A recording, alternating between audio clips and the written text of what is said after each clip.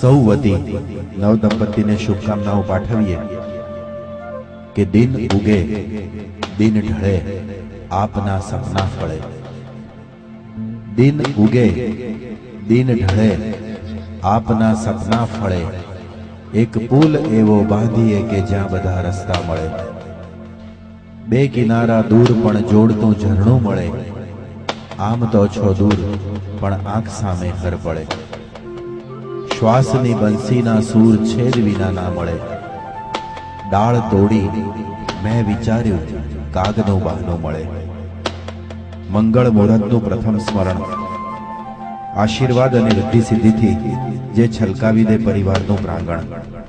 મંગલ લગ્નોત્સવના શુભારંભે આપણી શ્રદ્ધા અને પરંપરા અનુસાર પ્રથમ નમો ગિરિજા સુદ ગણપતિ વિઘ્નેશ્વરાય વરદાય સુરપ્રિયાય લંબોદરાય સકલાય જગત્વિતાય નાગાનનાય શ્રુતિયજ્ઞ વિભૂષિતાય ગૌરી સુતાય ગણનાથ નમો નમસ્તે.